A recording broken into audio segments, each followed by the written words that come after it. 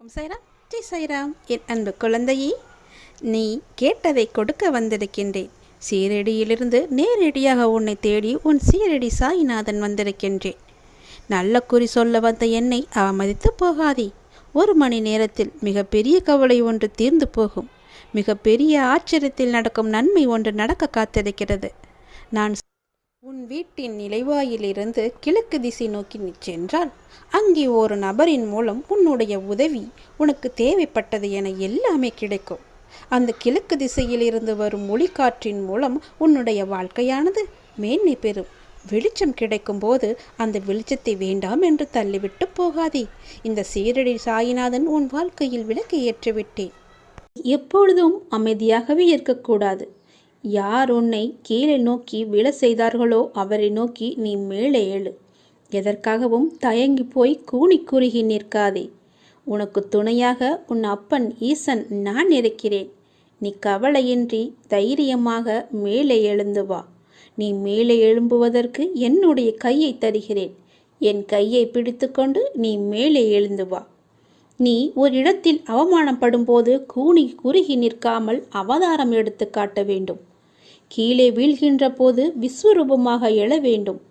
உன் மனம் புண்படுகின்ற போது எல்லாம் புன்னகை செய்.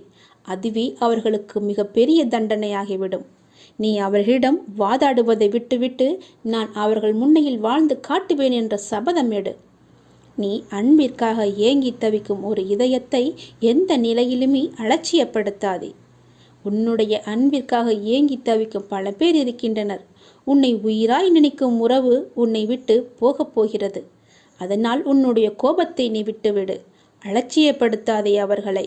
ஏனெனில் அதனை விட இவ்வுலகில் பெரிய பாவம் எதுவுமே இல்லை. உன்னை நம்பி வந்த உறவு அது. ஒருவனிடம் தர்ம சிந்தனை இருக்கும் பொழுது அந்த தர்மமே அவன் எதிர்காலத்தை பார்த்து கொள்ளும்.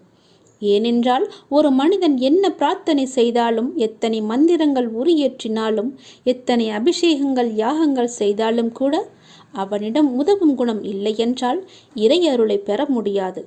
ஒரு மனிதன் இறையருளை பெற வேண்டுமென்றால், ஏன் இறை நம்பிக்கை இல்லாவிட்டாலும் கூட பரவாயில்லை, தர்ம குணமும் பிறருக்கு உதவும் குணமும் இருந்துவிட்டால் போதும்.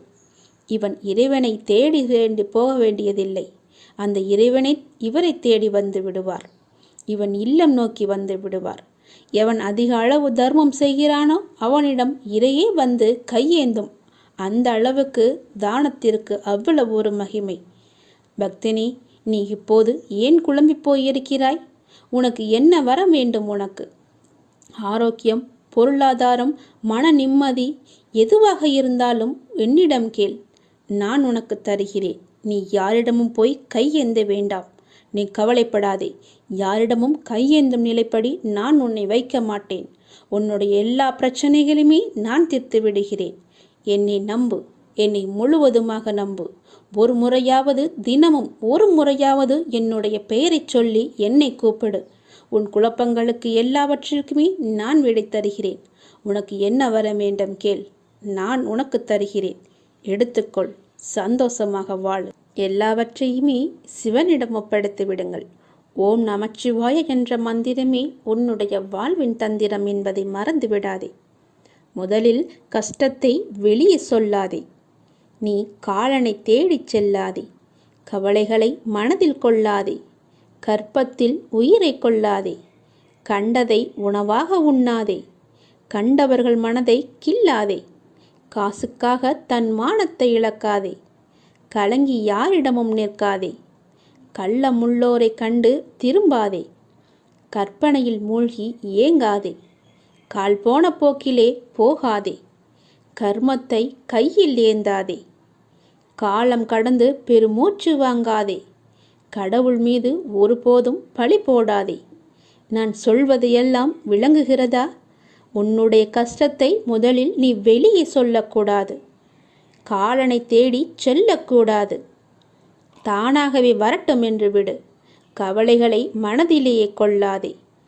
கற்பத்திலேயே ஒரு உயிரை கொல்லக்கூடாது. அது மிக பெரிய பாவம். கண்டதையும் உணவாக உண்ணாதே. உன்னுடைய வயிற்றுக்கு எது பொருந்துமோ அதை மட்டுமே உண்ணு. கண்டவர்கள் மனதை கில்லாதே. அடுத்தவர்களுடைய மனதை புண்படுத்தாதே. காசுக்காக உன்னுடைய தன்மானத்தை நீ இழக்கக்கூடாது. தன்மானம் முக்கியம். நீ யாரிடமும் போய் கலங்கி நிற்காதே. எனக்கு யாரும் இல்லை என்று சொல்லாதே. கள்ளமுள்ளோரை கண்டு திரும்பாதே. அதாவது வஞ்சக எண்ணம் உள்ளோரை கண்டால் நீ உடனே திரும்பி வந்துவிடு. அவர்கள் முகத்தை கூட பார்க்காதே. கற்பனையிலேயே மூழ்கி ஏங்காதே. பேராசைப்படக்கூடாது என்கிறார். கால் போன போக்கிலே போகாதே. எங்கு வேண்டுமானாலும் போகலாம். கால் போன போக்கில் போனால் செல்ற இடம் கூட தெரியாது. கர்மத்தை கையில் ஏந்தாதே. நல்லதை மட்டுமே செய். உன் கர்மா எல்லாமே அழிந்துவிடும். காலம் கடந்து பெருமூச்சு வாங்காதே. நேரம் உள்ள போதே தூற்றிக்கொள். நேரம் போனால் பிறகு கிடைக்காது. நேரம் மிக அற்புதமானது, திரும்பி வராது. கடவுள் மீது ஒருபோதும் பழி போடாதே. யான் கேட்டு என் கடவுள் எனக்கு செய்யவில்லை என்று அவரை நீ திட்டாதே. அவருக்கு தெரியும் உனக்கு எப்போது எப்படி செய்ய வேண்டும் என்று. கடவுளுக்கு தெரியும். அவருக்கு தெரியாமலையா நீ வந்தாய்? கடவுள் மீது ஒருபோதுமே பழி போடும் எண்ணத்தை விட்டுவிடு. அவன் அப்பா எல்லாவற்றையுமே பார்த்து கொள்வார் என்ற நம்பிக்கையோடு இரு. நீ நினைத்த செயல் விரைவிலேயே என் ஆசையுடன் நடக்கப் போகிறது. உன்னை சரியான நேரத்தில் நான் கரம் குழித்து இழுத்து வந்து விட்டேன். நீ பயப்படாதே.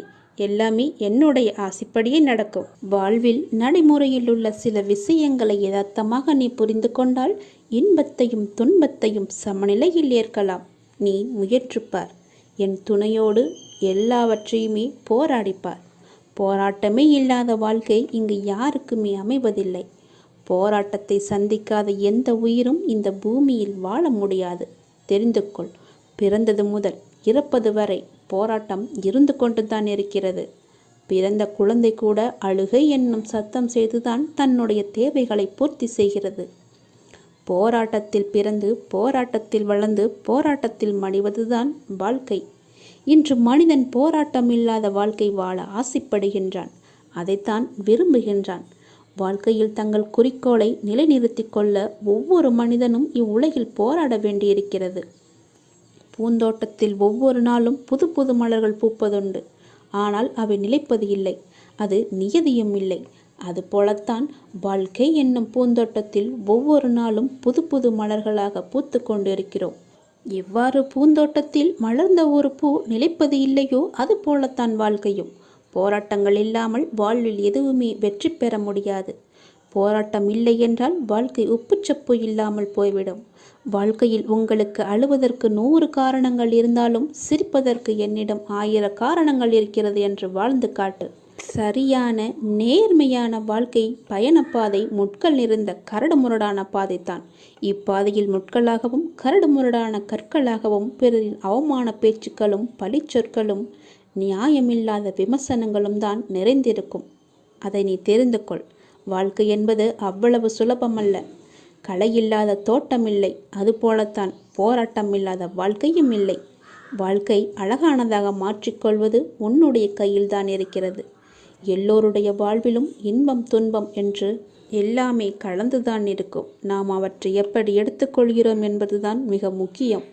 ஆசையை குறைத்து கொள்ள வேண்டும். மனநிறைவு இருந்தாலே போதும். உன்னுடைய வாழ்வில் மகிழ்ச்சி தானாக நிலைத்து நிற்கும். போராட்டம் இருந்தாலும் கூட யாரும் வாழ்க்கையை வெறுப்பதில்லை.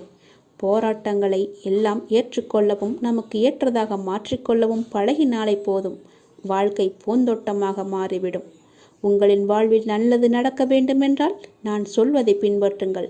நீங்கள் எப்படிப்பட்ட பாதையில் பயணம் செய்தாலும் உங்கள் நற்சிந்தனையாலும் நற்செயல்களாலும் மலரும் புதிய பயனுள்ள மலர்களால் பாதையை நிரப்புங்கள். உங்கள் வாழ்வு இனிதாக அமையும். நீங்கள் வாழ வாருங்கள். என்னுடைய ஆசையுடன் நீங்கள் போராட்டத்தில் குதிக்க தயாராக இருங்கள். என் துணை உனக்கு உண்டு. வாழும் ஒவ்வொரு நிமிடமும் இறை சிந்தனையுடன் இருங்கள். இறை சிந்தனை உள்ள பொழுது விழிப்புணர்வுடன் ஒவ்வொரு செயலையுமே நன்றாக துல்லியமாக எந்த குறையும் இல்லாமல் செய்ய முடியும். விழிப்புணர்வுடன் நீங்கள் செய்யும் எந்த செயலும் தவறாவதற்கு வாய்ப்பே கிடையாது. விழிப்புணர்வுடன் செய்யும் செயல்கள் நிச்சயம் ஒரு நாள் வெற்றியை தரும். உங்களுக்கு கிடைக்கும் வெற்றிக்கும் தோல்விக்கும் நிச்சயமாக ஒரு காரணம் இருக்கும். இரண்டையும் ஒன்றாக எடுத்துக்கொள்ள நீங்கள் முயற்சி செய்யுங்கள். வெற்றிக்காக மட்டும் செயல்களை செய்யக்கூடாது. ஒவ்வொரு செயலையும் இறைவனுக்காக நீங்கள் செய்யுங்கள். உங்களை படைத்த கடவுளுக்காக செய்யுங்கள். எந்த ஒரு எதிர்பலனையும் பார்க்காமல், எதிர்பாராமல், எதிர்பார்ப்புகள் இன்றி நீங்கள் செய்யும் ஒவ்வொரு செயலுமே அந்த இறைவனை போய் சேரும். உங்களுடைய புண்ணிய கணக்கில் சேரும். அதற்கு நிச்சயமாக பல மடங்கு பலன்கள் உங்களை தேடி தானாக வந்து சேரும். ஒவ்வொரு நாளின் முடிவிலும் நீங்கள் இறைவனுக்கு நன்றி சொல்ல பழகுங்கள். கண்டிப்பாக அன்றைய நாளில் நன்றி சொல்வதற்கு என்று ஏதேனும் ஒன்று நடந்திருக்கும். அதை நினைத்து இறைவனுக்கு நீங்கள் நன்றி சொல்லுங்கள். விடியும் பொழுது இறைவனின் ஆசியுடன் தொடங்குங்கள். முடியும் இரவும், அதாவது அன்றைய நாளின் முடிவும் இரவும் நன்றி சொல்லி உறங்குங்கள். மறுநாள் காலை உங்களுக்கு நல்ல நாளாகவே அமையும். இன்று எங்களுக்கு அமைத்து கொடுத்ததற்கு மிகவும் நன்றி இறைவா என்று இறைவனுக்கு நீங்கள் நன்றி சொல்லுங்கள். ஒவ்வொரு நாளின் தொடக்கத்திலும் இறைவன் மீது முழு நம்பிக்கையுடன் நீங்கள் தொடங்கி பாருங்கள். உங்கள் வாழ்வு எப்படி இருக்கிறது, அன்றைய நாள் எப்படி அமைந்திருக்கிறது என்று தானாகவே தெரிய வரும். எழுந்திருக்கும் பொழுது சட்டென்று எழுந்திருக்காமல் இறைவனின் பெயரை சொல்லிவிட்டு எழுந்திருங்கள். நன்றாகவே இருக்கும். ஒரு நிமிடம் சுதாரித்து கொண்டு பிறகு ஏந்திரியுங்கள். அப்பாவின் பெயரை சொல்லி எழுந்திரியுங்கள். உங்கள் வாழ்க்கை மீது உங்களுக்கு இருக்கும் அக்கறையை விட உங்களை படைத்த இறைவனுக்கு நிச்சயமாகவே அதிக அக்கறை இருக்கும். நம்புங்கள், நன்றாக நீங்கள் வாழ்வீர்கள். இதனை உணர்ந்தால் இறைபலமும் மனோபலமும் உங்களிடம் அதிகரிக்கும் தானாகவே. இறைவனின் அருளும் ஆசியும் உங்களிடம் நிறைந்திருக்கும் முழுவதுமாகவே. எப்போதும் இறைவனின் அருளோடும் ஆசியோடும் நாம் தொடங்கும் நாள் வெற்றி நாளாகவே நமக்கு அமையும். இறைவனுக்கு நன்றி சொல்ல மட்டும் நீங்கள் மறந்து விடாதீர்கள். இறைவனின் நாமத்தை ஜெபித்து கொண்டே இருங்கள். சோகம் என்னும் பறவை உங்கள் தலைக்கு மேல் பறப்பதை தடுக்க முடியாது. ஆனால் தலைக்கு மேல் கூடு கட்டுவதை தவிர்க்கலாம் தானே? யாரும் உன்னை குறை கூறினால் அது உண்மையாயின் திரித்துக்கொள், பொய்யாயின் அதை நகைத்து விடு. வீழ்வது வெட்கமல்ல, ஆனால் வீழ்ந்து கிடப்பதுதான் வெட்கம். புரிகிறதா? வீழ்ந்து கிடப்பதுதான் வெட்கம். வீழ்ந்தால் உடனே எழுந்துவிடு. நீ நகைத்து அவர்களுக்கு முன் நகைத்துப்பார், அவர்களே தலை தெறிக்க ஓடிவிடுவார்கள். பேருந்து பயணத்தில் நடத்துனர் கொடுக்க வேண்டிய மீது சில்லறைக்காக முழு பயணத்தையும் நாம் ரசிக்க மறக்கிறோம். அப்படிதான் வாழ்க்கையிலும் சில சில்லறை பிரச்சனைக்காக முழு வாழ்க்கையுமே நாம் ரசித்து வாழ மறந்து விடுகிறோம். ஆகவே விழிப்புணர்வுடன் எது வாழ்விற்கு உகந்தது, எது உகந்ததல்ல என்பதில் கவனத்துடன் இருந்தால் இலக்கை நோக்கி அடைவது மிக மிக எளிது. அனைத்திலும் பேதம் பாராது சமநிலைத்தன்மையை கொண்டிடுங்கள். மனம் அழகாக இருந்தால் காணும் காட்சிகளும் அழகாகவே இருக்கும். ஆகவே மனதில் குப்பையான கீழான எண்ணங்களை ஒருபோதும் சேர்க்காதே. மனதில் நல்ல நேர்மையான எண்ணங்களை விதையுங்கள். நல்லது நடக்கும். எப்போதும் உண்மையை பேச கற்றுக்கொள்ளுங்கள். உண்மைக்கு நிகர் உண்மை மட்டும்தான்.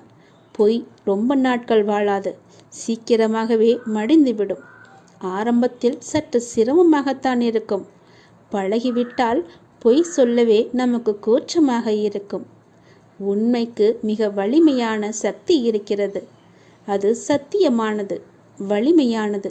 இறைவனுக்கு இறங்கி வருவார். நாம் வாழ்கின்ற வாழ்வில் அறமாகிய உண்மை இருந்தால் அந்த இறைவனை நம்மை தேடி தானாக இறங்கி வருவார்.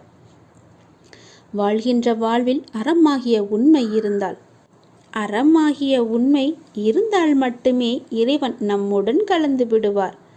ஆகவே உண்மை, நேர்மை, சத்தியத்தை எல்லாம் கடைபிடித்து வாழுங்கள். நீங்கள் வாழ்வதில் உயர்வது சின்னம். உங்கள் வாழ்வை யாராலுமே எதுவுமே செய்ய முடியாது. உண்மைக்கு அழிவே கிடையாது. அதை முதலில் தெரிந்து கொள்ளுங்கள். உண்மை சொல்லுவதால் என்ன ஆகிவிடப் போகிறது? ஒரு பொய்யை சொல்லி காலம் முழுவதும் குற்ற உணர்ச்சியுடன் இருப்பதற்கு பதிலாக ஒரு உண்மையை சொல்லி நிம்மதியாக வாழ்ந்து விடலாம். அந்த உண்மைக்கு அவ்வளவு நிம்மதியை தரும் சக்தி இருக்கிறது. அதை நீ மறந்து விடாதே. பொய்யை சொல்லி இன்று தப்பித்து விடலாம். நாளை நிச்சயமாகவே காலம் காட்டிக் கொடுக்கும். அதனால் உண்மையாகவே இருங்கள். நாக்கில் வருவது எப்போதுமே உண்மையான பேச்சாக மட்டுமே இருக்கட்டும். நான் உங்களிடம் வருகிறேன். ஒருவர் தனது இறைபக்தியில் முழுமையும் வலிமையும் அடைந்த பின்னர் அவருக்கு பக்தியானது முத்திவிட்டது என கூறுவதும் வழமையே. எனவே முழுமை முதிர்ச்சியடைந்த நிலையே முக்தி என்று சொல்வார்கள். முதிர்ந்த பழம் முதிர்ந்துவிடும், முதிர்ந்த உயிர் இறந்துவிடும். எடுத்த காரியத்தை நீ பாதியில் விடாதே, செய்வதை திருந்தச் செய் என்ற உபதேசம் அனைவருக்குமே பொருந்தும். குருவை அடைந்து மரியாதையுடன் கற்றுக்கொள், கற்றதை மனனம் செய்து உருவேற்றிக்கொள் என்பது எல்லா மாணவர்களுக்குமே பொருந்தும். தொழில்நுட்பத்தை தெரிந்து கொள்ள முனையும் மற்றவர்களுக்குமே உரிய உபதேசம்தான் இது. எதற்காக எனக்கு சொல்கிறேன் என்று கேட்டதை, நீங்கள் ஆசைப்படுவதெல்லாம் கிடைக்காமல் இருப்பது உங்களை ஒரு சிறந்த வாழ்க்கைக்கு கொண்டு செல்வதற்காகவே இருக்கும் என்பதை நம்பு. முடிந்தவரை உங்கள் வேலையை நீங்கள் சிறப்பாக செய்து விடுங்கள். யாரிடமும் உங்கள் வேலையை ஒப்படைக்காதீர்கள். உங்களுக்கு கிடைக்க வேண்டிய அங்கீகாரம் தானாகவே கிடைக்கும். நேரத்தையும் வாய்ப்பையும் ஒருபோதுமே வீணடிக்காதே. அந்த தவறுக்கு எந்த காரியம் செய்தாலும் பரிகாரமாகாது. போன நேரமும் திரும்ப வராது. யாருக்காகவும் நேரம் காத்திருக்காது. பொறுத்துக்கொள். நீங்கள் செய்யும் ஒவ்வொரு நல்ல காரியமும் அதற்கான நன்மைகளை காலம் கடந்தாவது அழைத்து கொண்டு உங்களிடம் வந்து சேர்க்கும். வெற்றி என்ற முகத்துடன் உங்களிடம் வந்து சேரும். நீ நிராகரிப்புகளை எல்லாம் கண்டு நெஞ்சு உடையக்கூடாது. உன்னை யாராவது தூக்கி எறிகிறார்கள் என்றால் இறைவன் உன்னை மேலே தூக்கி விடுகிறான் என்று அர்த்தம். அதனால் நீ பயப்படாதே. தூக்கி எறிந்தவர்கள் போகட்டும், நான் உன்னை தூக்கி விடுகிறேன். தூக்கி எறிந்தவர்களை பற்றியே நீ கவலைப்பட்டு கொண்டிருக்காதே. எதிர்பார்த்து ஏமாற்றங்கள் மட்டும்தான் கிடைக்கும். என் வாழ்வில் அற்புதங்களை நிகழ்த்துவேன் என்று நீ நம்பிக்கையுடன் காத்திருக்கிறாய் அல்லவா? உன் தந்தை நிச்சயமாகவே உன் வாழ்வில் அற்புதங்களை நிகழ்த்தப் போகிறேன். சில நேரங்களில் நீங்கள் செய்யக்கூடிய செயல்களை எல்லாம் சிந்திக்க வேண்டாம், கற்பனை செய்ய வேண்டாம். அது ஆச்சரியப்படுவதற்கில்லை. எல்லாவற்றையும் சிறப்பாக செயல்படும் என்று மூச்சு விடுங்கள். நம்பிக்கை வைத்திருங்கள். நான் அப்பா, என்னுடைய அப்பா சிறப்பாக அதை முடித்து தருவார் என்ற நம்பிக்கையோடு நீங்கள் காத்திருங்கள். நான் அவர் மீது வைத்திருந்த நம்பிக்கையும் பக்தியும் பொறுமையும் தன்னம்பிக்கையும் அவர் எனக்கு நிச்சயம் அதற்கான பலனை தருவார் என்று நம்புங்கள். நீ வைத்த நம்பிக்கைக்கு நிச்சயமாகவே நான் கைமாறு செய்வேன். உன் மனதில் எந்த சலனமும் இல்லாமல் இருக்கிறாய். நான் உனது பாவ மூட்டையை தூக்கி நான் சுமக்கிறேன். நீ கவலைப்படாதே. எல்லாவற்றையுமே நானே பார்த்து கொள்கிறேன். நீ எப்பொழுதும் போல சந்தோஷமாக இரு. நீ இப்போது உன் மனதில் ஏகப்பட்ட குழப்பங்களுடன் பதற்றத்துடனும் இருக்கின்றாய். வீணான கவலைகளை உன் மனதில் வைத்து கொண்டிருக்கிறாய். உன் மனமானது, உன் இதயமானது துடித்துடிப்புடன் காணப்படுகிறது. ஏன்? எதற்காக? வீணாக எதற்காக இந்த கவலை? ஏன் இந்த குழப்பம்? எதற்காக இந்த பதற்றம்? ஏன் இந்த துடித்துடிப்பு? நீ முதலில் அனைத்தையுமே விட்டுவிடு. உன் வேலைகளை பார்த்து கொண்டிரு. போகிற போக்கிலேயே போய்கொண்டிரு. எதையும் நீ தூக்கி சுமந்து கொண்டிருக்காதே. அதை முதலில் மறப்பதற்கு என்ன செய்ய வேண்டுமோ அதை செய். உன்னுடைய மனம் அதிலேயே லயித்து இல்லாமல் வேறு பக்கம் திருப்பு. அப்போதுதான் அவற்றை பற்றி எண்ணம் உன் மனதில் இழுக்காமல் இருக்கும். நான் உனக்காக அவதரித்தவன். நான் இருக்கும்போது எதற்காக நீ கவலைப்படுகிறாய்? உன்னை நல்லபடியாக உயர்த்த உனக்காக பாடுபட்டு கொண்டு நான் இங்கே இருக்கிறேன். தயவு செய்து நான் உன்னுடன் இருப்பதை நீ உணர்ந்து கொள். நான் வருவதற்கு முன்பும் வந்ததற்கு பிறகும் நடந்து கொண்டிருப்பதை நீ உணர்ந்து கொள். நான் வருவதற்கு முன்பு என்ன செய்து கொண்டிருந்தாய், நான் வந்த பிறகு எப்படியெல்லாம் உன்னுடைய பிரச்சனைகள் தீர்ந்தன என்று கொஞ்சம் திரும்பிப்பார். உன்னை எப்படி நான் கைவிடுவேன் என்று ஒரு நொடியில் நீ நினைத்து விட்டாய்? உன் அப்பா உன்னை பார்த்து கொள்ள மாட்டேனா? உன்னை அவ்வளோ சீக்கிரம் விட்டு விடுவேன் என்று நினைக்கிறாயா? உன்னை அனைத்து திசைகளிலிருந்தும் பாதுகாத்து கொண்டிருக்கிறேன். நான் இருக்கும் இடத்தில் எவரையுமே நெருங்க விட மாட்டேன். நான் உனக்குள்ளே நீக்கமர நிறைந்திருக்கிறேன். என் கண் பார்வை உன் மீது விழுந்து கொண்டிருக்கும் போது எந்த கெடுதலும் வந்து உன்னை துன்புறுத்திவிட முடியாது. தெரிந்து கொள். எந்த துன்பமும் உன் அருகில் கூட வர பயப்படும். நான் இருக்கிறேன், நீ பயப்படாதே. உனக்கு வரும் பிரச்சனைகள் எல்லாமே சிறு சிறு வகைதான். பயப்படாதே. பெரிதாக ஒன்றையும் நான் கொடுக்க மாட்டேன். கொஞ்சமாவது உனக்கு பக்குவம் வேண்டும் என்பதற்காகத்தான் இதையெல்லாம் கொடுத்தேன். சின்ன பிரச்சனையை பெரிதாக பார்க்காதே. மனதில் போட்டு குழப்பத்தை ஏற்படுத்தாதே. உன்னை நீயே பதற்றப்பட வைக்காதே. வீணான கவலைப்பட்டு உன் உடம்பை நீ வீணடிக்காதே. உன் இதயம் சீராக துடிக்க வேண்டும். அப்பொழுதுதான் நீயும் நன்றாக இருப்பாய். எப்படி என் வேண்டுகோள்கள் அனைத்தையும் இப்படி நிறைவேறியது என விரைவிலேயே நீ ஆச்சரியப்பட போடுகிறாய். கவலைப்படாதே குழந்தையே. என் கண்ணிலிருந்து வரும் அருள் கதிரால் நீ பாதுகாக்கப்படுகிறாய். அதனால் நீ கவலையை விடு. என்னுடைய கண்ணின் ஒளி உன் மீது இருக்கிறது. என் பார்வை முழுவதுமாகவே உன் மீது மட்டும்தான் இருக்கிறது. என்னை மீறி எதுவுமே உனக்கு நடக்காது. பயப்படாமல் தைரியமாக இரு. சந்தோஷமாகவே வைத்துக்கொள்.